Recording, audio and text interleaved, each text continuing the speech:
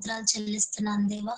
మహాగణుడు, మహోన్నతుడు, పరిశుద్ధుడు, నిత్య నివాసివై ఉన్న దేవా, పరిశుద్ధ సింహాసనంపై ఆసీనుడైన మా ప్రభువా, నీకు వందనాలు, స్తోత్రాలు చెల్లిస్తున్నాను దేవా. అయ్యా దయగల తండ్రి, మాకిచ్చిన గొప్ప రక్షణను బట్టి నీకు వందనాలు, స్తోత్రాలు చెల్లిస్తున్నాను ప్రభువా. దయగల తండ్రి, మా చిన్న సంఘం అయినప్పటికీ ప్రభువా, మాకు సిస్టర్స్ మీటింగ్ ని మీరు దయచేసినందుకు వందనాలు ప్రభువా. అయ్యా దయగల తండ్రి, అయ్యా ఇంకెవరైతే కనెక్ట్ అవ్వాలో ప్రభువా మీరు కృప చూపించండి ప్రభువా. సిస్టర్స్ ఇంకా కనెక్ట్ అవ్వడానికి కూడా మీరు సహాయం చేయండి ప్రభువా. అయ్యా తండ్రి, మెర్లిన్ సిస్టర్ ని సిల్వ చాట్న మరుగుపరచుకోండి ప్రభువా. అయ్యా తండ్రి, మీరు మాట్లాడవలసిందిగా వేడుకుంటున్నాను ప్రభువా. అయ్యా మీరు పరిస్థితులను బట్టి అన్ని విధాలుగా మీరు మాట్లాడే దేవుడు ప్రభువా. అయ్యా మాతో ఒక్కొక్కరిగా మీరు మాట్లాడే దేవుడు, మీరు మాట్లాడవలసిందిగా వేడుకుంటున్నాను ప్రభువా. అయ్యా గొప్ప దేవ, జీవం గల తండ్రి, నీకు వందనాలు దేవా. ఎక్కడ ఇద్దరు ముగ్గురు కూడి ఉంటారో మీ మధ్య నేను ఉంటానని సెలవిచ్చిన మా ప్రభువా, నీకు వందనాలు దేవా. నీకు స్తోత్రాలు. మా మధ్యన ఉండండి ప్రభువా, మాతో మాట్లాడండి. పాటలు పాడుచుండగా అయ్యా మీరే సహాయం చేయండి, కృప చూపించండి ప్రభువా. అయ్యా మీరే మహిమ పొందవలసిందిగా వేడుకుంటున్నాను ప్రభువా. అయ్యా శత్రుక్రియలన్నింటినీ లయపరచవలసిందిగా వేడుకుంటూ యేసుక్రీస్తు పరిశుద్ధ నామంలో ప్రార్థించి స్తుతించి అడిగి వేడుకుంటున్నాను తండ్రి, ఆమేన్. సియోను గీతాల నుంచి సాంగ్ నెంబర్ 155, పాత దాంట్లో 153.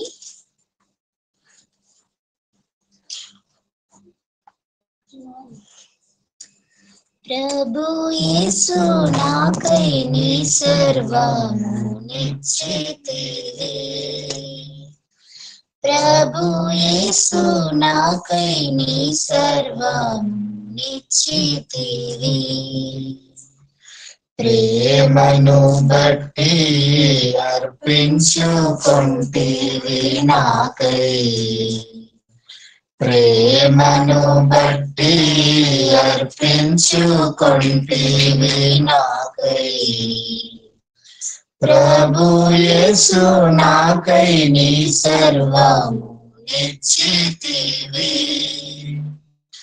ప్రభు యేసు నాకై నీ సర్వము నిశ్చితివే, శిరసు నిశ్చితివే ముళ్ళ మకుటముకై, స్వామి నా పాపముల కొరకే, శిరసు నిశ్చితివే ముళ్ళ మకుటముకై, స్వామి నా పాపముల కొరకే, సాయం ప్రజాలా నివేదన బహుగా, సాయం ప్రజాలా నివేదన బహుగా, సహించి తిని ప్రేమ తోడా, సహించి తిని ప్రేమ తోడా, ప్రభు యేసు నాకై నీ సర్వము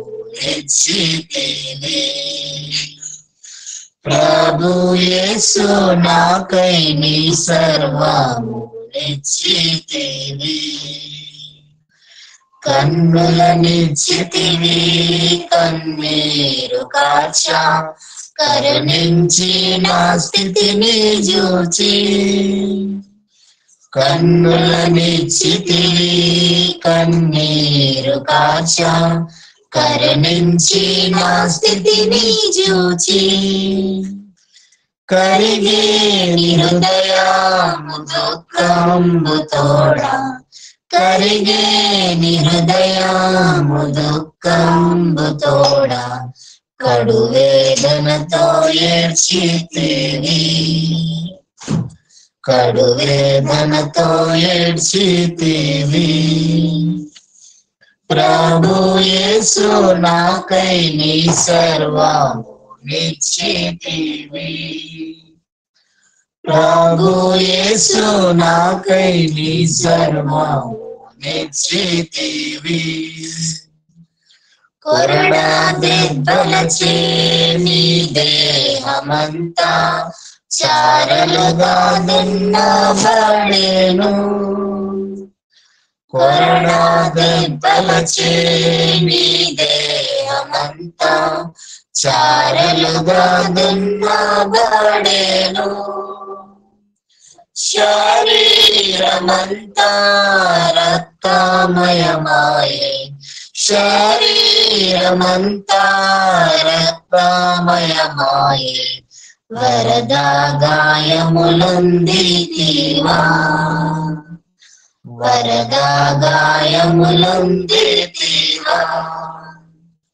ప్రభు యేసు నాకై నీ సర్వము నిశ్చితివి, ప్రభు యేసు నాకై నీ సర్వము నిశ్చితివి.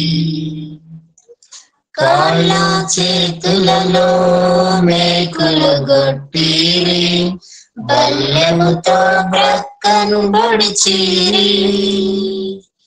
కాళ్ళ చేతులలో మేకులు గొట్టిరి, బల్లెముతో బ్రక్కను బొడిచిరి. ఎలాగ వివరింతు నీ బాధ నేను, ఎలాగ వివరింతు నీ బాధ నేను. ఓర్చితివా మౌనము వహించి, ఓర్చితివా మౌనము వహించి. ప్రభు యేసు నాకై నీ సర్వము నిశ్చితివి,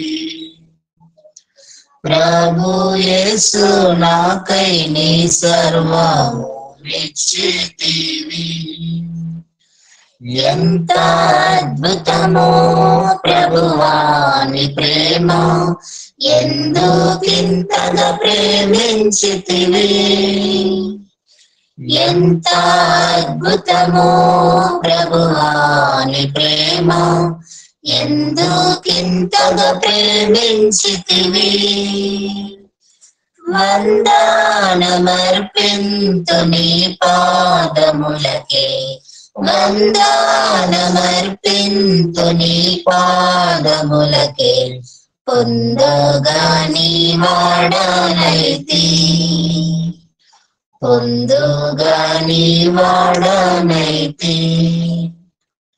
ప్రభు యేసు నాకై నీ సర్వము నిశ్చితివి, ప్రభు యేసు నాకై నీ సర్వము నిశ్చితివి.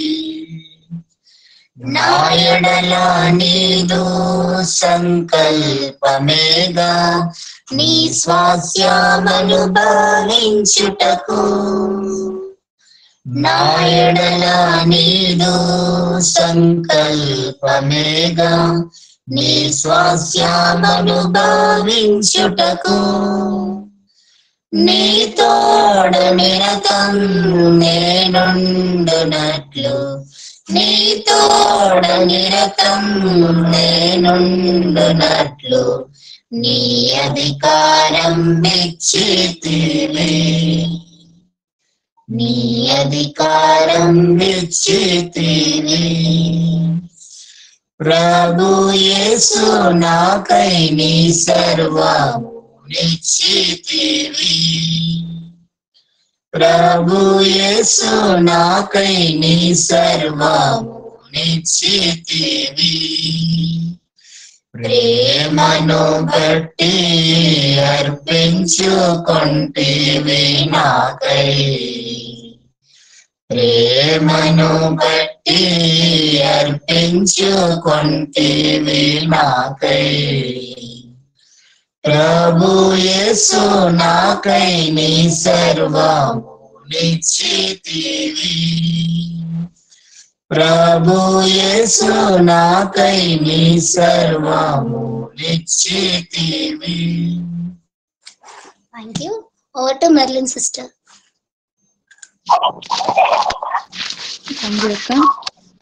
మరి ప్రార్థన చిన్న వచనం చూసుకొని ప్రార్థన చేసుకుందాము.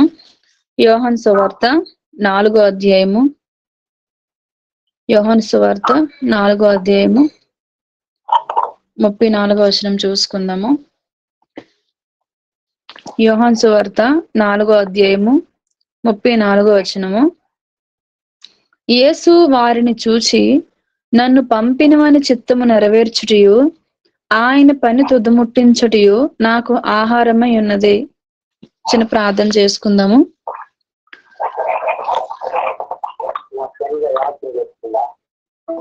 స్తోత్ర మహాపరిశుద్ధుడ, ప్రేమ గల తండ్రి, కృపగల మా దేవ, కనికరం గల మా యేసయ్య, నీకు వందనాలు దేవా. నీ కృపను బట్టి, నీ కనికరాన్ని బట్టి నీ పాద సన్నిధికి వస్తున్నాం ప్రభా. దయచేసి ప్రభా మీరే కనికరించండి అయ్యా. మీరే మాతో మాట్లాడండి, బలపరచండి, మీ చిత్తం జరిగించండి ప్రభా. నేనైతే బలహీనరాలిని ప్రభా, మీరే బలపరచండి. నీ వాక్కు చేత ప్రభా మీరు మమ్మల్ని నా పట్ల మీ చిత్తం ఏమై ఉందో ప్రభా మీరు మాకు నీ వాక్యం ద్వారా మాకు చాటుగా తెలియజేయండి ప్రభా. మాతో మాట్లాడి దర్శించమని, నడిపించిన బిడ్డలను బట్టి నీకు వందనాలు. ఇంకా రావాల్సిన బిడ్డలు నడిపించమని ముందుని సను దయగల హస్తానికి అప్పగించుకుంటూ ప్రభా వాక్యం బోధించుటకు ఏమాత్రము అర్హత లేనటువంటి వారిని దాని ప్రభా, అయినప్పటికీ నీ కృప చేత నా ప్రతి బలహీనతల్లో నువ్వు నన్ను బలపరిచి అయ్యా ఇచ్చిన అవకాశాన్ని బట్టి, సమయాన్ని బట్టి, ఇటువంటి ధన్యతను బట్టి నేను స్తుతిస్తూ దేవా ముందున్న సమయం దయగల హస్తానికి సమర్పించుకుంటూ నేను తగ్గించుకుంటూ ఈ నామాన్ని హెచ్చిస్తూ ప్రభు యేసుక్రీస్తు నామంలో ఈ చిన్న ప్రార్థన అడిగి ప్రార్థించి వేడుకుంటున్నాం తండ్రి, ఆమేన్. మరి కొద్ది నిమిషాలు ఈ యొక్క మాటను మనం చూసుకుందాము. యోహాను సువార్త 4వ అధ్యాయము 34వ వచనంలో, యేసు వారిని చూచి నన్ను పంపినవాని చిత్తము నెరవేర్చుటయు ఆయన పని తుదముట్టించుటయు నాకు ఆహారమై ఉన్నది. సో ఈ మాట యేసుప్రభు ఎవరితో అంటున్నారంటే, ఇక్కడ శిష్యులతో యేసుప్రభు ఒక మాట అయితే చెప్తా ఉన్నారు. ఏంటంటే, అసలు నేను ఈ లోకానికి రావాల్సిన ఉద్దేశం ఏంటి, నా పట్ల తండ్రికున్న ప్రణాళిక ఏంటి, నా పట్ల ఆయనకున్న సంకల్పం ఏంటి, ఎందుకు ఈ లోకానికి వచ్చాననేది అనే విషయంలో యేసుప్రభు చాలా ఖచ్చితంగా ఉన్నారు. అయితే ఈరోజు మనం కొద్ది నిమిషాలు చూసుకోవాల్సిన విషయం ఏంటి అంటే, వ్యక్తిగత సువార్త లేదా వ్యక్తిగత సువార్థీకరణ మనం ఎలా చేయాలి, ఏ రీతిగా మనం వాళ్ళకి వ్యక్తిగతంగా అంటే పర్సనల్ ఇవాంజలిజం ఎలా చెయ్యాలి. ఒక్కొక్కరు 1-to-1 2x2 అంటారు, 1-to-1 అంటారు. So direct encounter with God అన్నమాట. సో ఇక్కడ మనం చూసుకున్నట్లయితే ఈ యొక్క సందర్భం మనకు ఆల్రెడీ చాలా సార్లు తెలుసు.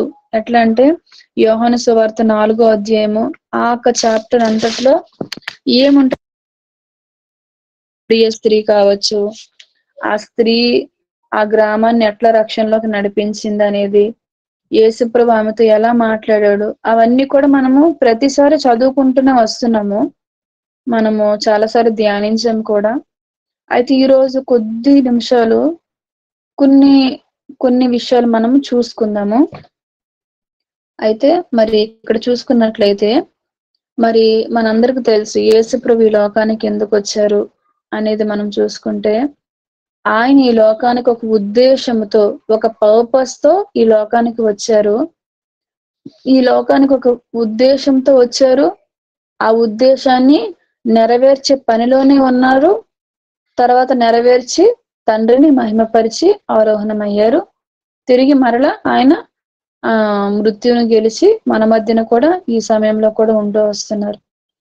సో యేసు ప్రభు విషయంలో, తండ్రికున్న ఆ చిత్తం విషయంలో, కుమారుడుగా ఆయన ఈ లోకంలో ఎన్నో ఆయన పరిచర్య ప్రారంభించింది మొదలుకొని ఎక్కడ కూడా మనము ఆయన పని చేయకుండా లేదా ఆయన దేవుని యొక్క ఆ తండ్రి ఇచ్చిన బాధ్యతను వదిలేసినట్టుగా కనిపించట్లేదు. ప్రతి సందర్భంలోన అద్భుతాలు చేయడము, ఆశ్చర్యకార్యాలు చేయడము, అంతేకాకుండా సూచక్రియలు చేయడము, కుష్ఠరోగులు బాగా అవ్వడము, అపవిత్రత ఉన్న వాళ్ళు పవిత్రపరచబడ్డము, సో వ్యాధిగ్రస్తులు బాగా అవ్వడము, బోధ కరెక్ట్ సరైన బోధను బోధించడము. సో ఇవన్నీ కూడా మనము చూస్తూ వస్తున్నాం అన్నమాట. అయితే ఇక్కడ మనం అర్థం చేసుకోవాల్సింది ఏంటి అంటే, యేసు ప్రభు బాప్టిజం తీసుకున్నారు, తర్వాత అరణ్యంలో కూడా శోధించబడ్డాడు, తర్వాత పరిచర్య స్టార్ట్ అయ్యింది.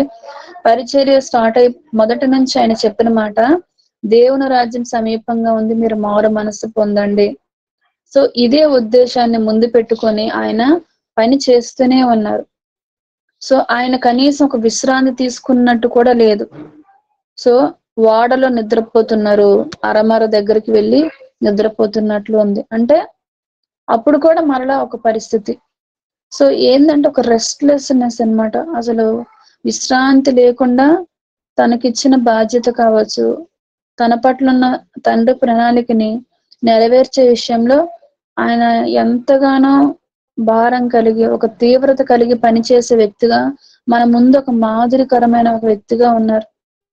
సో యాక్చువల్లీ మనం ఎప్పుడు కూడా స్త్రీని చూసుకుంటాము.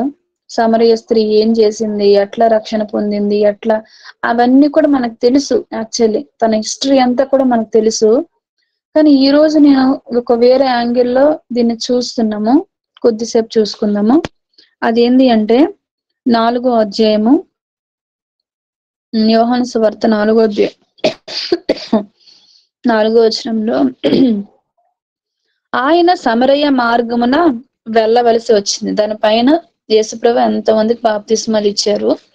బాప్తిసం ఇస్తూ ఈ రూట్ లో వెళ్ళవలసి వచ్చిననుంది. కానీ ట్రాన్స్లేషన్లు ఎట్లా అంటే అక్కడ ఆయన వెళ్ళిండు. సో ఒక పర్పస్ తో వెళ్ళిండు అనమాట. సో వెళ్ళవలసి ఇక్కడ వచ్చాను అని ఉంది.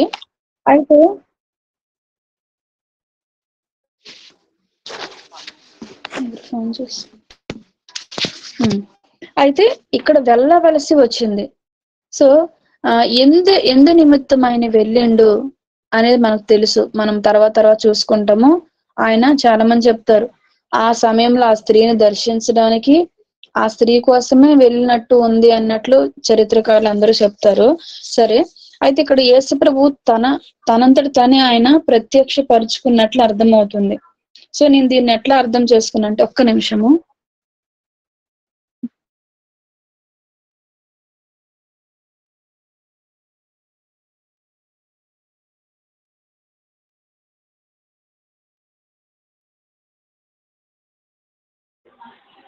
ఒక్క నిమిషం.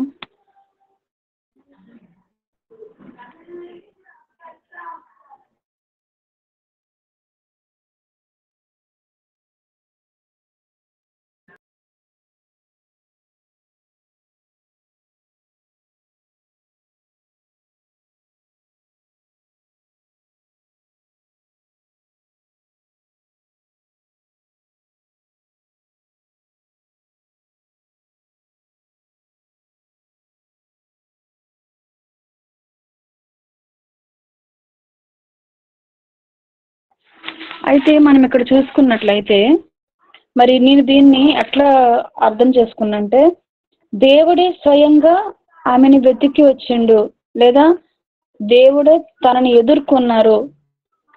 స్వయంగా తానే ఎన్కౌంటర్ అవ్వడానికి ఆయన ప్రత్యక్షపరుచుకున్నాడు. ఇప్పుడు పరిసయ్యులు నికోదేము ఉన్నారు. ఆయన ఏం చేశారంటే మధ్యరాత్రి వేళ, రాత్రి సమయంలో యేసు ప్రభువుని కలుసుకున్నాడు. ఇక్కడ ఇవి 12 గంటల సమయంలో యేసుప్రభు ఏమవుతున్నారంటే ఆ స్త్రీని ఎదుర్కొంటున్నారు అనమాట. ఆ స్త్రీకి ఎలా చెప్పాలి అన్నట్లు ఆయన తనంతట తానే వెతికినట్లు అనేది మనకు అర్థమవుతుంది. సో నా పర్స్పెక్టివ్ నేను ఇట్లా ఆలోచన చేశాను. సో దేవుడే స్వయంగా ఆ స్త్రీ కొరకు వెతికి వెళ్ళినట్లు, సో ఇక్కడ వెళ్ళవలసి వచ్చింది అంటున్నారు. కానీ సో వెళ్ళినట్లు మనకి తర్వాత కూడా అర్థమవుతుంది. సో ముందు చూసుకున్నట్లయితే మనకు ఆ సందర్భం తెలుసు. ఒక స్త్రీ ఒక స్త్రీ ఏం చేస్తుంది, ఒక బావి దగ్గరికి వెళ్తుంది. అది 12 గంటల సమయము. సో ఆ సమయంలో వాళ్ళు సమరయులు అంటే ఒక లో క్యాస్ట్ అన్నట్లు, మన భాషలో అర్థం చేసుకుంటే చాలా బీద వాళ్ళు, అంటే చాలా తక్కువ కులం వాళ్ళు అన్నట్లు. సో యూదులు అన్యులు పెళ్లి చేసుకున్న వాళ్ళు సమరయులు అవుతారు. సో అట్లా విని సమరయులుగా పిలుస్తూ ఉన్నారు. సో యూదుల కంటే చాలా తక్కువైన వాళ్ళు అన్నట్లు. అయితే వీళ్ళని ఎవరు కూడా ఎక్కడికి రానివ్వడం కావచ్చు, అట్లా చేయరు. సో ఎటువంటి సాంగత్యం లేదు అనమాట. అటువంటి ప్రజలుగా ఉన్న ఆ గుంపు నుంచి ఈ స్త్రీ వచ్చిందనమాట. బావి దగ్గరకు వస్తుంది. సో అదంతా తెలుసు మీకు. బావి దగ్గరకు వచ్చినాక యేసు ప్రభు నీళ్ళు అడుగుతారు. సో ఇవన్నీ కూడా మనకు తెలుసు. సో దీనిలోనే మనం చూద్దాం ఏంటి అంటే, యేసు ప్రభు ఆ స్థలానికి వెళ్ళారు.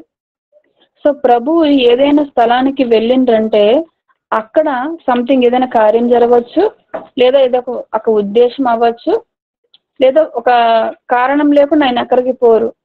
సో ఈ సమయంలో ఆయన ఎందుకు అక్కడికి వెళ్ళిండ్రంటే సో అక్కడ ఆమె విషయంలో ఒక ఆలోచన ఉండుంటది అన్నట్లు మనకు అర్థమవుతుంది. అయితే అక్కడికి వెళ్ళారు, ఓకే బాగానే ఉంది.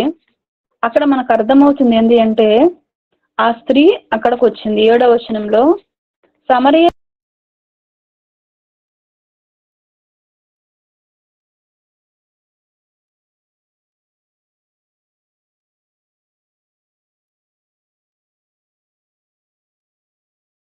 మేము 12 గంటల సమయం.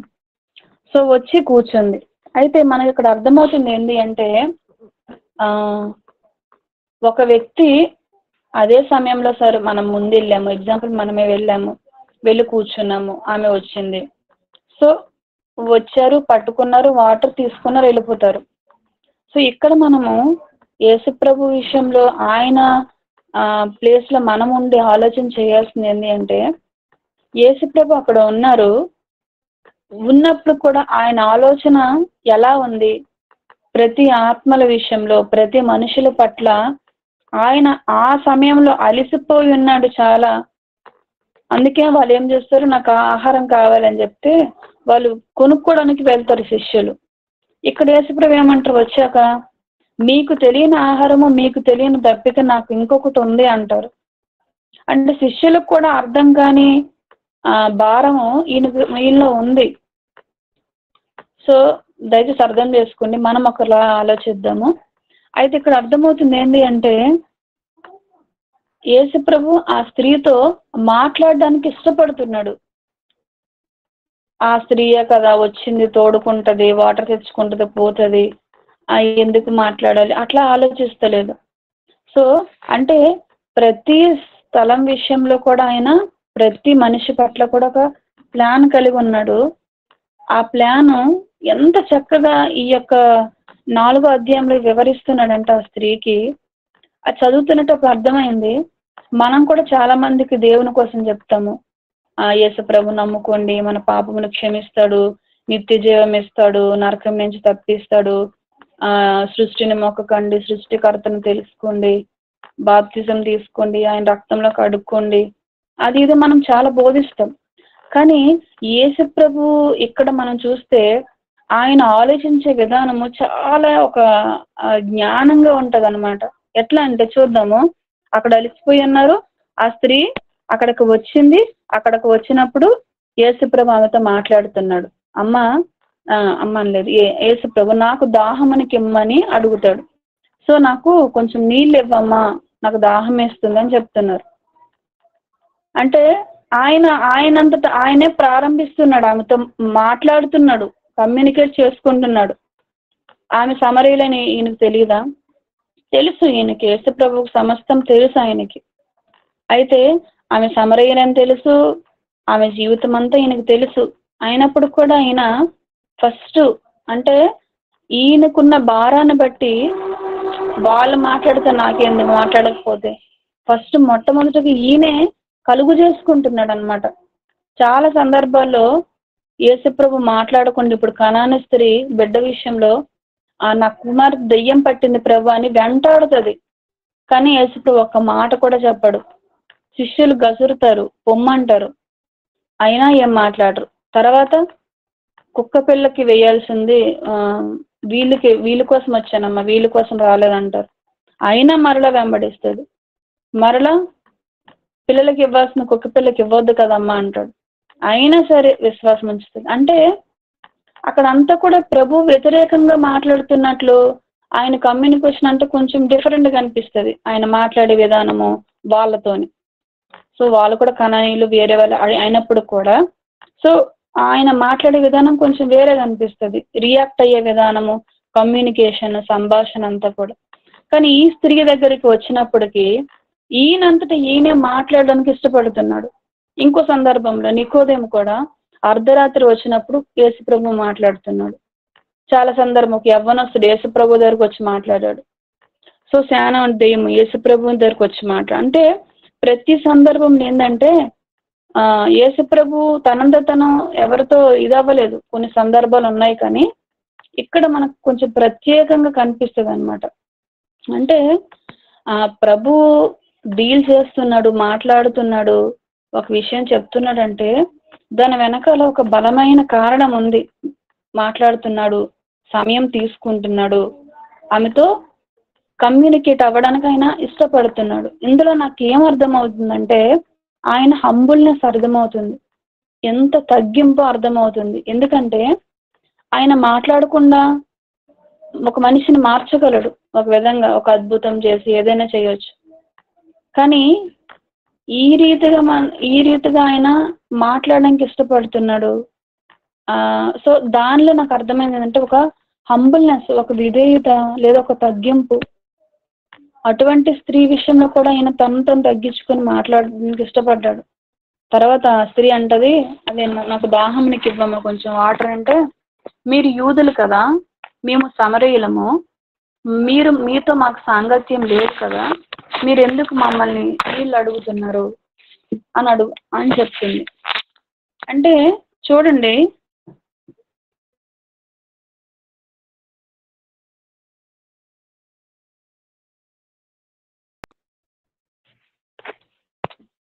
సో చాలాసార్లు మనం అనుకుంటాము అంటే మనం వెంటనే చెప్పేస్తే వెంటనే వాళ్ళు మారిపోతారు, వెంటనే దేవుని కోసం చెప్తే వాళ్ళకి దేవుని ప్రేమ అర్థమైపోతుంది, ఒకరోజు ఆ మాట చెప్పగానే వాళ్ళు వెంటనే దేవుని టర్న్ అయిపోతారు అనుకుంటాం. కానీ అది కాదు, చాలా సందర్భాలు అది కాదు. కానీ చాలా మంది ఒబే అవుతారు. ఇక్కడ చూడండి, ఆ స్త్రీతో యేసుప్రభుతో మాట్లాడుతున్న మొదటి మాట మాట్లాడుతున్నాడు, అమ్మ నాకు నీళ్ళు ఇవ్వన్నప్పుడు ఆ స్త్రీ వెంటనే ఆమె గ్రహించింది ఆయన్ని, ఈయన యూదుడు అంటే ఒక విధంగా వేసుకున్న బట్టలు కావచ్చు, ఇది కావచ్చు, ఈయన యూదుడు అని చెప్పి ముందే ఆమె మైండ్లో అప్పుడప్పుడే రిజెక్ట్ చేసుకుంటుంది అనమాట. అంటే చూడండి, మనం కూడా వేరే వాళ్ళకి దేవుని కోసము ఏదైనా మాట్లాడి హాయ్ సిస్టర్ బాగున్నారా అని మాట్లాడుతున్నప్పుడే వారు మనకు బొట్టు ఉందా, వేసుకున్న డ్రెస్ ఎట్లా ఉంది, మెడలో ఏమైనా ఉన్నాయా, ఈమె క్రిస్టియన్ మామూలు అని మనల్ని చూస్తారు, గుర్తుపెట్టేస్తారు. చూసి ఓహో ఈమె నాకు ఇది చెప్పబోతుంది అనేది అర్థమైపోతుంది. సో ఇక్కడ కూడా ఆమె గ్రహించింది అనేది మనకు అర్థమవుతుంది. ఒక యూదుడుగా ఆమె గ్రహించింది, ఆ స్త్రీ గ్రహించింది యేసుప్రభు ఈయన ఒక యూదుడు, మేము ఒక సమరయులము అని చెప్పి. సో ఇక్కడ మనకు అర్థమవుతుంది ఏంటంటే యేసుప్రభు అంతటా ఆయనే అమ్మ నాకు దాహంకి నీళ్ళంటే ఆమె ఒక విధంగా ఒక వ్యతిరేకంగానే మాట్లాడుతున్నట్లు ఆ సందర్భం కనిపిస్తుంది అనమాట. కనిపిస్తున్నప్పుడు కూడా యేసుప్రభు మౌనంగా లేరు. ఆయన మరలా ఆమె ఆత్మ విషయంలో ఎట్లయినా ఆయన సమాధానం చెప్పాలి, ఆ ఆత్మ రక్షణలోకి నడిపించాలనేది ఒక ఉద్దేశం ఆయనకు ఉంది, ఆమె తెలియజేయాలి అనేది. అయితే ఇక్కడ చూస్తే యేసుప్రభు ఏమంటారంటే 10వ వచనంలో, అందుకు యేసు నీవు దేవుని వరమును నాకు దాహమును కిమ్మని నిన్ను అడుగుచున్న వాడు ఎవడో అదియు ఎరిగి ఉంటే నీవు ఆయనను అడుగుదువు, ఆయన నీకు జీవజలం ఇచ్చును అని చెప్పారు. ఇక్కడ మనకి మంచిగా అర్థమవుతుంది ఏంటంటే ఆమె నీళ్ళు అడుగుతున్నారు యేసుప్రభు. ఆమె నీళ్ళు నేను ఇవ్వద్దు, మేము సమరయులము, మేము మీతో సాంగత్యం చేయని వారము, మేము ఇవ్వకూడదు అని చెప్తుంది. సో వెంటనే యేసుప్రభు ఏమంటారంటే తన పర్స్పెక్టివ్ లోనే మాట్లాడుతున్నాడు. అంటే ఎందుకు ఇవ్వకూడదు అట్లా కాదు, అట్లా అంటలేదు. ఆయన మాట్లాడే విధానంలోనే ఆమెకి కొన్ని ప్రశ్నలు ప్రశ్నిస్తున్నారనమాట. ఎట్లా అంటే 2 మాటలు కనిపిస్తున్నాయి అక్కడ, చూద్దాము. దేవుని వరము, జీవజలము. సో దేవుని వరము అంటున్నారు, జీవజలము అంటున్నారు. సో ఈ 2 మాటల్ని కొంచెం కొత్తగా ఇంట్రడ్యూస్ చేశాడు అనమాట వాళ్ళకి, ఆయనకి, ఆ స్త్రీకి. ఎట్లా అని, అమ్మా నువ్వు దేవుని వరాన్ని అడుగుతున్నావు, జీవజలం ఉంది నా దగ్గర, నాకు దాహం వేస్తుందని నేను అడుగుతున్నాను కదా. ఒక విధంగా అర్థం చేసుకుంటే నిన్ను అడుగుచున్నవాడు ఎవడో అది నువ్వు తెలిస్తే నీవే అడుగుతావు. సో ఏముంది ఆయన దగ్గర? ఆయన నీకు ఏమిస్తారు? జీవ జలాన్ని ఇస్తారు అని చెప్తుంది. అంటే దేవుని వరము, జీవ జలము అని ఆమె మైండ్ లోకి చెప్తా ఉన్నారనమాట. అంటే ఆమెకు అర్థమయ్యే రీతిలో తన విధానంలోనే మాట్లాడుతున్నాడు. సో నిన్ను ఎవరైతే దాహమునికి ఇవ్వమని అడుగుతున్నాడో, నువ్వు ఒకవేళ అంటే ఇండైరెక్ట్ నువ్వు నన్నే దేవుని వరమైన నన్ను, జీవజలం నా దగ్గర ఉంది, నన్ను నువ్వు ఎరిగి ఉంటే, అసలు నేను ఎవరో నీకు తెలుసుంటే అసలు నువ్వు ఇట్లా అడగవు, నేను నీకు జీవజలమే ఇస్తాను అని చెప్తుంది అనమాట, అంటున్నారు. అయితే 11వ వచనంలో, అప్పుడు ఆ స్త్రీ, అయ్యా ఈ బావి లోతైనది, చేదుకొనుటకు నీకేమీ లేదే, ఈ జీవజలం ఎలాగ నీకు దొరుకును? అంటే ఆమె చూడండి, సో యేసుప్రభు ఒక మాట చెప్పినాక ఆమె ఆ ఓడి తీసుకుంది, జీవజలము అనే ఓడి తీసుకుంది. ఇంతకు మనకు దాహము అట్లా వెళ్ళింది, ఇప్పుడు జీవజలం అనే వర్డ్ అనేది ఆమె హృదయంలోకి వెళ్ళింది. అడుగుతుంది, ఈ బావి చాలా లోతైనది. అంటే ఇప్పుడు కూడా యేసుప్రభువు దేవుణ్ణి వరము అని అన్నాడు, గాడ్స్ గిఫ్ట్ అన్నాడు. కానీ అక్కడ ఆమె గాడ్ని తీసుకోలేదు, ఆ గిఫ్ట్ ని ఆలోచన చేయలేదు. కానీ జీవజలాన్ని అయితే గుర్తుపెట్టుకుంది.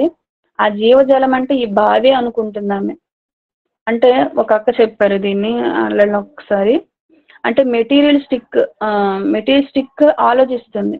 అంటే ఎట్లా అంటే భౌతిక పరమైన విషయాలనే ఆలోచిస్తూ ఉంది. బాగుంది, చేదు మీ దగ్గర లేదు, ఎట్లా తవ్వుకుంటారు, ఎట్లా తీస్తారు. సో అక్కడక్కడే ఆమె చూపు కావచ్చు, ఆమె గ్రహింపు కావచ్చు, అక్కడక్కడే కనిపిస్తూ ఉంది. సో ఆమె ఒకటి అంటుంది, చేదుకున్నట్టుకు మీ దగ్గర ఏం లేదు, ఈ బావి చాలా లోతుంది, మరి జీవజలం మీకు ఎట్లా దొరుకుతుంది అని అడుగుతుంది. ఆమెకి ఇంకా ఆ విషయం అర్థం కాలేదు. సరే, ఆమె ప్రశ్నించడానికి ఇష్టపడింది. సో చాలాసార్లు మనల్ని కూడా చాలా మంది మాట్లాడుతున్నప్పుడు ప్రశ్నిస్తారు. సో ఇక్కడ కూడా ఈ స్త్రీ ఎట్లా ఉందంటే ప్రశ్నించే స్త్రీగా ఉంది, ఒక విధంగా ఆలోచన చేస్తుంది. సో యేసుప్రభుకి ఇప్పుడు సమయం ఉంది. తర్వాత ఏమంటుంది, తానును తన కుమారులను పశువులను ఈ బావి నీళ్లు త్రాగి మాకిచ్చిన మన తండ్రి అయిన యాకోబు కంటే నువ్వు గొప్పవాడవా అని అడుగుతుంది. అంటే ఇప్పుడు ఆమెకి ఏం తెలుసు అంటే, ఆల్రెడీ నాకు తెలిసి పరిచయులు కావచ్చు, వాళ్ళు కావచ్చు, బోధించినప్పుడు విన్నదేమో ఈ బావి విషయము, ఆ బావి యొక్క హిస్టరీ ఆమెకు తెలిసి ఉండొచ్చు అనేది మనకు అర్థమవుతుంది. అయితే అటువంటి యాకోబు కంటే నువ్వు గొప్పవాడవా, ఆ యాకోబు ఈ బావి చేసిండు, సో ఆయన కంటే నువ్వు ఇంకా గొప్పవాడవా అనేది ఆమె ప్రశ్నిస్తుంది అనమాట. సో ఆమెకు వచ్చిన ఆలోచన ఏంటంటే, ఆమె తన హృదయంలో ఆలోచిస్తుంది, యేసుప్రభు చెప్తున్న మాటని ఆమె స్వీకరిస్తుంది, ఆలోచిస్తుంది. సో మనం కూడా చాలాసార్లు డైరెక్ట్గా ఏదో దేవుని కోసమో చెప్పేయకుండా వాళ్ళ ఉంటున్న సిచ్యువేషన్ ఏందో దానిలోనే మనం ప్రశ్నిస్తే వాళ్ళు నిజంగా అర్థం చేసుకుంటారు. అసలు ఎందుకు ఇలా చేస్తున్నారు, కారణం ఏమైనా ఉందా అని అడిగితే వాళ్ళకు అవును కదా నిజమే, ఇది ఎందుకు చేస్తున్నా అని వాళ్ళంతటి వాళ్ళు ఆలోచన చేస్తారు. సో చాలాసార్లు మనం డైరెక్ట్గా ఇట్లా కాకుండా ఎన్కౌంటర్ చేయకుండా ఇట్లా కూడా వెళ్ళొచ్చు.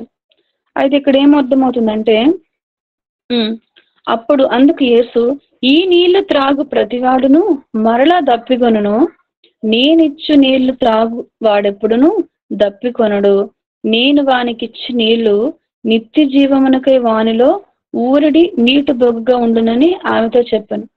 సో ఇప్పుడు యేసుప్రభు ఆమె అడిగిన దానికి సమాధానం చెప్తున్నారు. ఎప్పుడైనా మనము దేవుని కోసము దేవుని వాక్యం మంచిగా తెలుసుకొని ఇతరులకి జవాబిచ్చు సరిగా విభజించే జ్ఞానం మనలో ఉండాలి. లేకపోతే అది వాళ్ళలో మనం స్థిరపరచలేము, వారిలో మనము అది పెట్టలేమన్నమాట. ఇది మీ పట్ల దేవునికున్న ఉద్దేశం అని మనం క్లియర్గా వారికి తెలపలేము. ఇక్కడ యేసుప్రభు చూడండి ఒక మాట చెప్పేశారు, జీవజలం అన్నారు, దేవుని వరం అన్నారు. ఆమె జీవజలాన్ని తీసుకుంది, యాకోబు కంటే నువ్వు గొప్పవాడవా అనేది ఆమెకు అర్థమైంది. ఇప్పుడు తర్వాత మనం చూసుకుంటే యేసుప్రభు చెప్తున్నారు, ఈ నీళ్లు త్రాగేవారు మళ్ళీ దప్పుకుంటారు. యాకోబు బావి ఉంది కదా, ఇందులో ఉన్న నీళ్లు తాగితే మళ్ళీ దప్పుకుంటావు, కానీ నా దగ్గర కొన్ని నీళ్లు ఉన్నాయి, ఆ నీళ్లు నీకు ఇస్తే నీకు ఇంకా దప్పికే ఉండదు అని చెప్పి, నేను ఏం నిలుస్తున్నానంటే నిత్య జీవానికి వానలో ఊరడి నీటి బొగ్గ. ఇక్కడ ఇంకొక మాటని పరిచయం చేస్తున్నాడు యేసుప్రభు.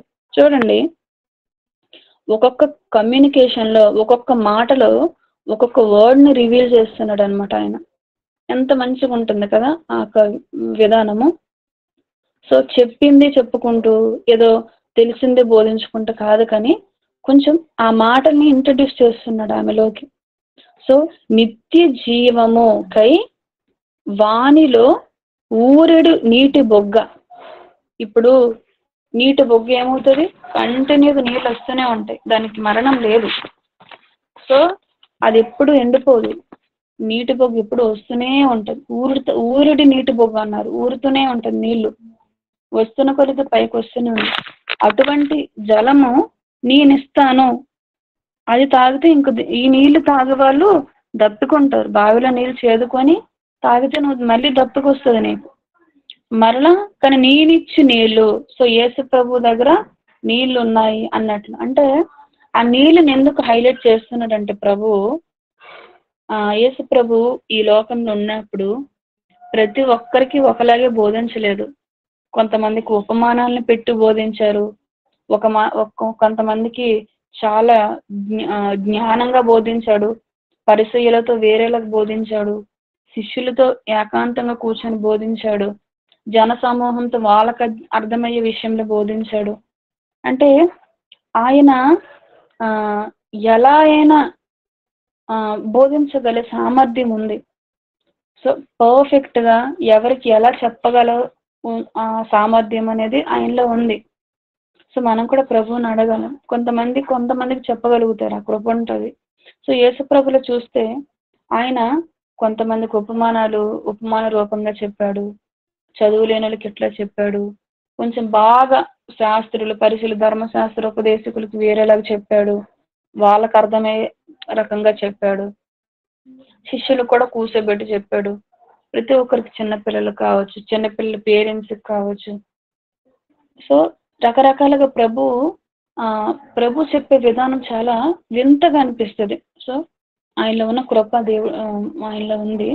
సో అట్లా చెప్పుకుంటూ వచ్చినారనమాట. అయితే ఇక్కడ కూడా ఏం పరిచయం చేస్తున్నాడు? నిత్య జీవమునకే వానిలో ఊరిడి నీటి బొగ్గగా ఉంటది. ఇప్పుడు నిత్య జీవాన్ని పరిచయం చేస్తున్నాడు. నిత్యముండే జీవము, నిత్య జీవము, ఆ జీవం ఊరిడి నీటి బొగ్గగా ఉంటది, నేనిచ్చే నువ్వు నీళ్లు తాగితే అని చెప్తుంది. సో ఆ స్త్రీ వెంటనే, ఆ స్త్రీ ఆయన్ని చూసి, అయ్యా నాకు దప్పిక రాకుండా, చేదుకోవడానికి నేను ఇంత దూరం రాకున్నట్లు ఆ నీళ్లు నాకు దయచేవా అని అడుగుతుంది.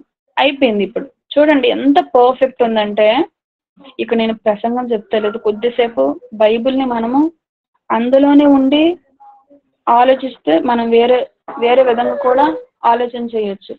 అయితే ఇక్కడ మనకు అర్థమవుతుంది ఏంటి అంటే,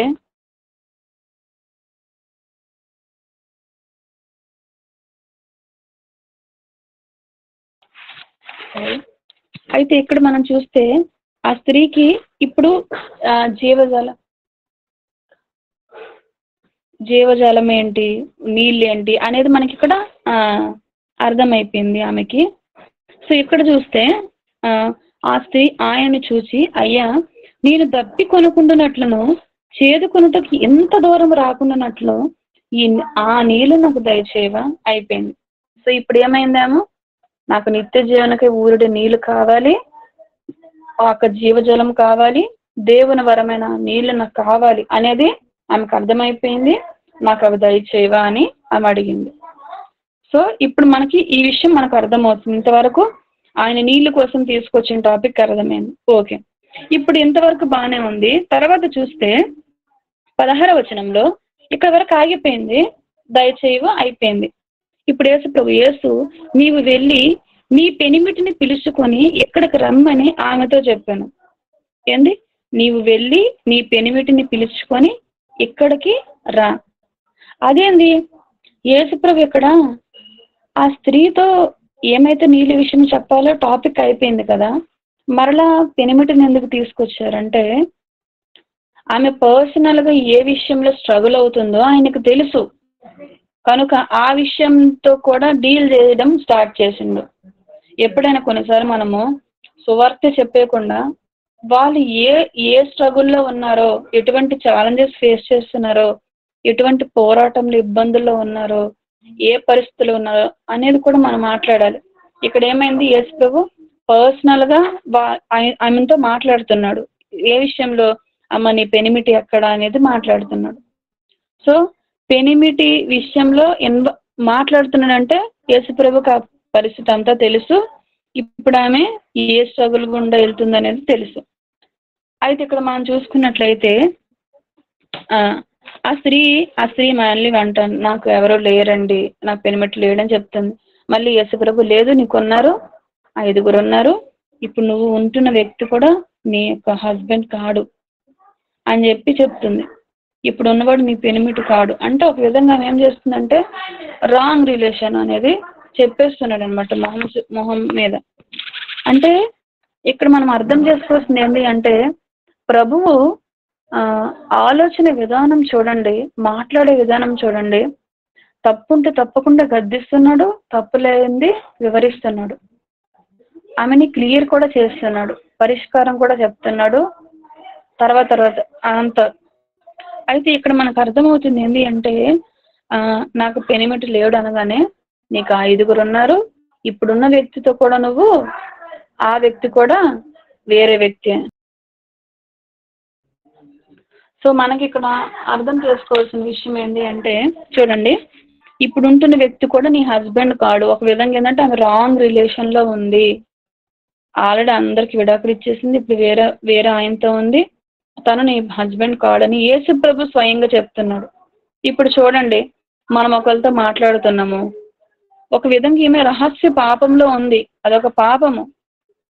అయితే ఆ పాపం గూర్చి ఆమెకి ఒప్పింపజేస్తున్నాడు, ఆ పాపాన్ని ఆయన క్లియర్ చేస్తున్నాడు, ఓపెన్ అయ్యిండు.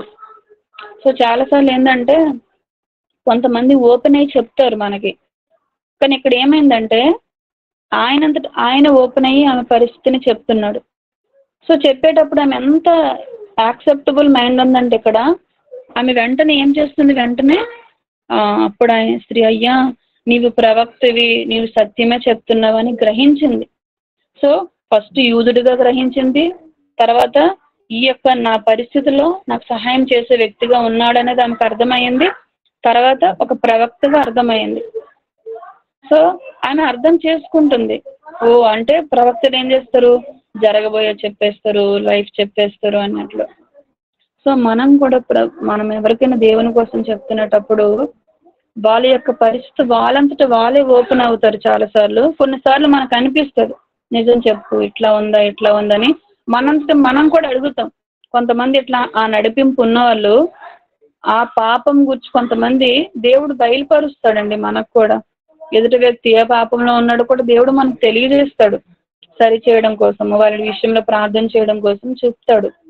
సో ఇక్కడ కూడా యేసు ప్రభు ఆయన ముందుగానే చెప్తున్నారు ఇట్లా ఉందని. ఆమె వెంటనే ఇంకా ఆమెలో ఉంటున్న వేదన, ఆ స్ట్రగుల్ అనేది ఓపెన్ అయిపోయింది. ఇప్పుడు ఫైనల్గా ఇంకో విషయం చెప్తుంది ఏంటి అంటే, నువ్వు ప్రవక్తగా కదా, మా పితరులు ఈ పర్వతంలో ఆరాధించారు, ఆరాధింపవలసిన స్థలం యెరూషలేములో ఉన్నది కదా అని యేసు ప్రభు చెప్తుంది. ఇప్పుడు ఏమొచ్చింది, ఇంతవరకు నీళ్లు పోయినాయి, తర్వాత ఇప్పుడు పెనిమిటి విషయంలో మాట్లాడిండు, తర్వాత ఇప్పుడు ఆ పాపం గురించి ఒప్పింపు అయిపోయింది, ఇప్పుడు ఆరాధన కోసము, రక్షణ కోసము, ఆత్మతో ఆరాధన చేయాలి, సత్యంతో ఆరాధన చేయాలి, యెరూషలేముకి వెళ్ళాల్సిన అవసరం లేదు, ఇక్కడే ఉండి కూడా నువ్వు ఆరాధన చేయాలి, ఆ సమయం ఇప్పుడే వచ్చింది, ఇదే సమయము అని చెప్పి ఆరాధన కోసము, రక్షణ కోసము, దేవుని ఆత్మ ద్వారా మనం ఆరాధన చేయాలనేది అక్కడ ఆమెకి చెప్తా వస్తున్నారు. చూడండి, అంటే ఎట్లా టాపిక్ స్టార్ట్ చేసిండ్రు, ఎక్కడికి వచ్చినప్పటికి ఎండ్ అవుతున్నాయి. ఫైనల్ గా ఆమె ఏం కనుక్కుందంటే, మనకి 25వ వచనంలో, ఆ స్త్రీ ఆయనతో, క్రీస్తు అనబడిన మెస్సియా వచ్చునని నేను ఎరుగుదును, ఆయన వచ్చినప్పుడు మాకు అన్ని తెలియజేస్తారు అని చెప్తే, యేసు నీతో మాట్లాడుచున్న నేనే ఆయననని చెప్పాను. మెస్సియా అంటే విమోచకుడు, విడిపించేవాడు, రక్షకుడు, లోక నాయకుడు, ఆయన ఎవరంటే నేనే అని ఇండైరెక్ట్ గా చెప్పినప్పుడు ఆమెకు అర్థమైంది. ఓహో, నా పాపం గురించి గ్రహింపు వచ్చింది, నాతో మాట్లాడాడు, నాకు సమయం ఇచ్చారు, నాతో సాంగత్యం లేకపోయినా సరే నీళ్ళు అడిగిండ్రు. సో ఇప్పుడు ఆరాధించే స్థలం ఎక్కడుందో చెప్పిండ్రు, రక్షణ ఏం చెప్పారు. సో స్వయంగా మెస్సీయే నాతో వచ్చి మాట్లాడాడు. సో ఒక సేవకుడు వచ్చి మనతో వ్యక్తిగతంగా మాట్లాడితే మనకి ఎంత సంతోషం అవుతుంది. అట్లాంటిది స్వయంగా యేసు ప్రభు తనంతట తానే వచ్చి నేనే మెస్సీ అని వెంటనే చెప్తాం, వినకపోతుండేమో. ఒకళ్ళు వెంటనే నేనే దేవుడిని అని చెప్తే ఎవరైనా వింటారా? లేదా నేనే రక్షకుడిని, నేనే మెస్సీ అని చెప్తే వింటారా? సో చూడండి, మనం కూడా వెళ్ళగానే యేసుక్రీస్తు నిజమైన దేవుడు అని చెప్తే చాలా మంది ఏం కాదని పక్కకి వెళ్ళిపోతారు. కానీ వాళ్ళతో మాట్లాడే విధానం కావచ్చు, వాళ్ళ పరిస్థితుల్లో మనం తెలుసుకోవడం కావచ్చు, వాళ్ళ పరిస్థితులు మనం చేయగలిగిన సహాయం కావచ్చు. ఇక్కడ యేసుప్రభు నీళ్ళ కోసం చెప్పిండు, అక్కడ ఏదైనా సందర్భం రావచ్చు. సో ఈ రీతిగా మనం ఏం చేయాలంటే వ్యక్తిగతంగా సువార్థీకరణ మనము పర్సన్ తోనే చేయగలుగుతాం. గుంపుగా యేసుప్రభు గుంపుగా చెప్పాడు, వ్యక్తిగతంగా మాట్లాడాడు, చాలా రహస్యంగా మాట్లాడాడు, చాలా ఉన్నాయి. ఇక్కడ సమాజ మందిరాల్లో కూడా బోధించాడు, కొండ మీద ప్రసంగాలు కూడా చేశాడు. ఇక్కడ ఏంటంటే వ్యక్తిగతంగా ఒంటరిగా ఆమెతో మాట్లాడుతున్నాడు.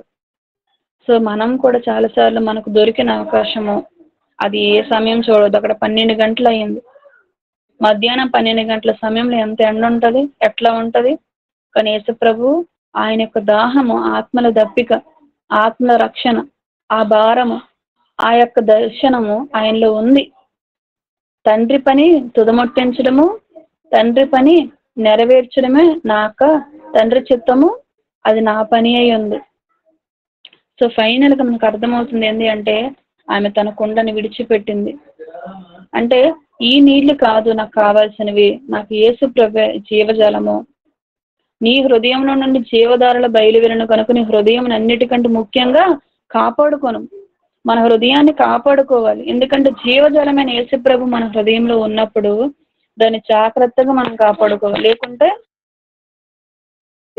ఘోరమైన వ్యాధి కలదు, దాన్ని గ్రహించలేం.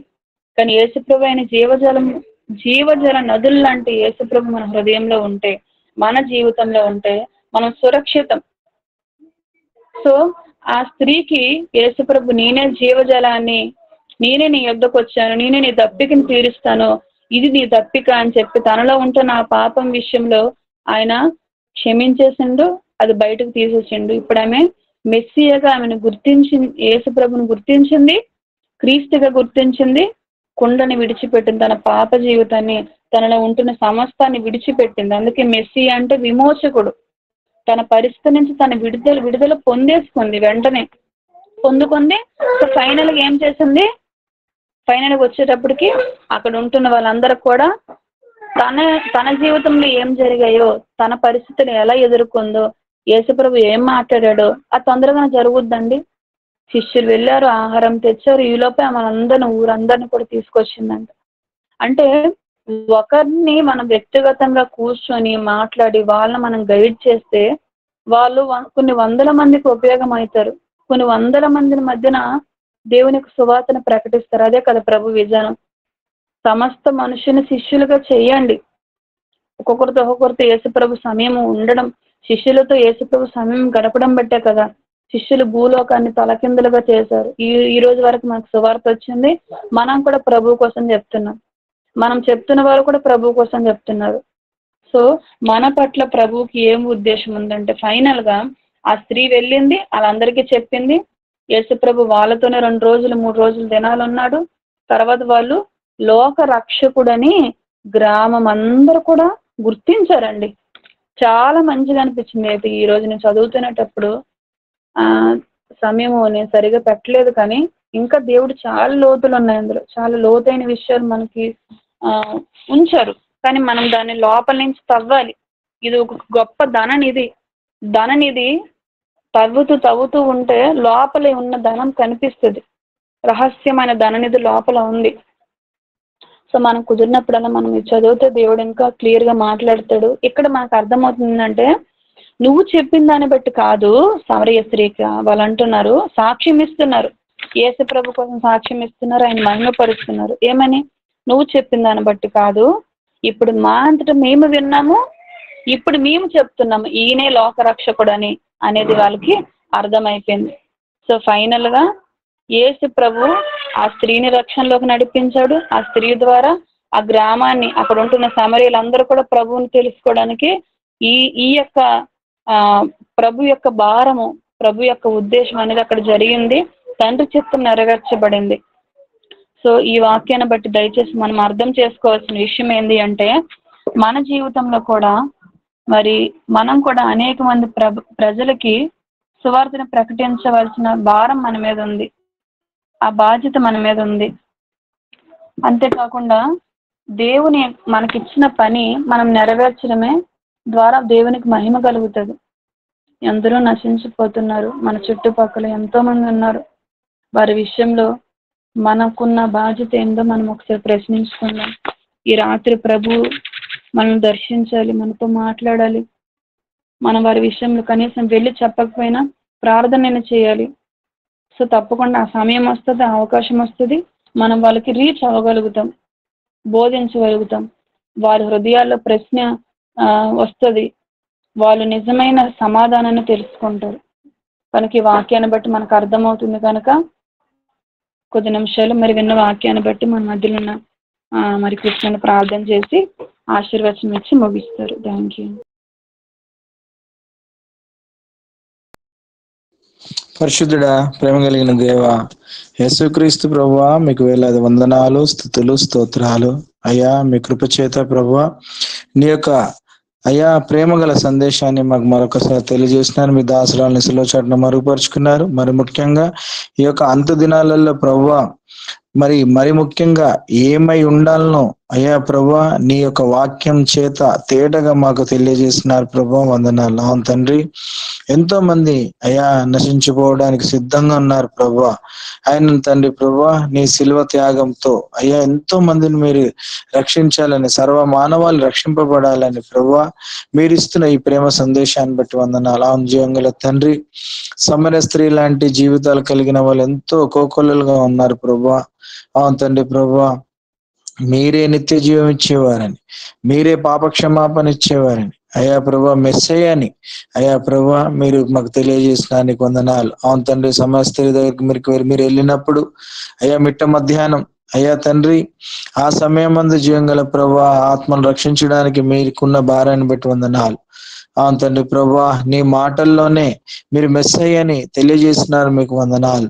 అవును తండ్రి ప్రభా ఆ తల్లి కూడా జీవం గల తండ్రి అయ్యా మీ మాటల ద్వారా కనువిప్పై అయ్యా లోకరక్షకుడు, మరి ముఖ్యంగా పాపాలను క్షమించడానికి వచ్చిన రక్షకుడని తను తెలుసుకొని తన పాపాలన్నీ ఒప్పుకొని విడిచిపెట్టి అయ్యా ప్రభువా తను రక్షింపబడి తన గ్రామాలను రక్షించుకున్న ఇచ్చిన కృపను బట్టి మీకు వందనాలు. అవును తండ్రి ప్రభువా విన్న వాక్యం ప్రభువా మా మనోనేత్రం తెలియజేసినారు ప్రభువా, తెలిపినారు ప్రభువా నీకు వందనారు, తెలియజేసినారు ప్రభువా నీకు వందనారు. అవును ప్రభువా మా మనోనేత్రం తెరిపించడానికి మీరు ఇచ్చిన కృపను బట్టి వందనాలు. జయంగల దేవా అవును ప్రభువా నీ ప్రేమ ఎంత అమూల్యమైనది, ఎంత గొప్పదో ప్రభువా తెలియజేస్తున్నారు. పాపలమైన మా దగ్గరికి పరిశుద్ధుడైన నీవే వచ్చి ప్రభువా మమ్మల్ని పాపం నుండి, శాపం నుండి, దోషం నుండి తప్పించినావు.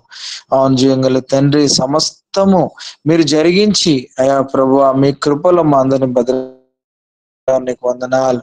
అవును తండ్రి ప్రభువా నమ్మదగిన తండ్రి, దేవుని వరముగా, జీవ జలముగా, నిత్య జలముగా, ఊరడి నీటి బుగ్గగా అయా ప్రభువా పాపులమైన మమ్మల్ని అయ్యా రక్షించినారు, వందనాలు. అయ్యా యూదుడుగా, సహాయకుడుగా అయ్యా మా ఆరాధనలకు యోగ్యుడుగా అయ్యా మాకిచ్చిన భాగ్యాన్ని బట్టి వందనాలు. నేనే అని ప్రభువా మాతో మాట్లాడిన తండ్రి నీకు వందనాలు. రక్షకుడా నీకు వందనాలు. అవును తండ్రి ప్రభువా ఇంత గొప్ప మర్మాలు ప్రభువా మీ దాసురాల ద్వారా ఎన్నో విషయాలు మాట్లాడినారు. స్తోత్రం. విన్న వాక్యం దృష్టి ఎత్తుకపోకుండా మా హృదయంలో నాటండి. మేము నెమరేస్తూ అయ్యా ప్రభువా అయ్యా నశించిపోయే ఆత్మల దగ్గర అయ్యా ప్రభువా మరి మీ ప్రేమను ప్రచురం చేయాలా కృప చూపండి తండ్రి. నీకు వందనాలు, స్తుతులు, స్తోత్రాలు. మరొకసారి ప్రభువా ఇంత గొప్ప అయ్యా నీ లేఖన భాగం ద్వారా మమ్మల్ని దర్శించినందుకు వందనాలు, స్తుతులు, స్తోత్రాలు. వచ్చిన బిడ్డలందరినీ దీవించి ఆశీర్వదించండి అయ్యా. వారు ఏ సమస్యల గుండా, ఏ బాధల గుండా వెళ్తున్నారు వాటన్నిటిని యేసుక్రీస్తునామమున కొట్టివేసేయండి అయ్యా. వారికి శాంతి, సమాధానం, సంతోషంతో నింపండి. మరి ముఖ్యంగా నీ సువార్త ప్రకటించే బిడ్డలుగా ఉంటకు సహాయం చేయండి. ఇచ్చిన భాగ్యాన్ని బట్టి వందనాలు, స్తుతులు, స్తోత్రాలు.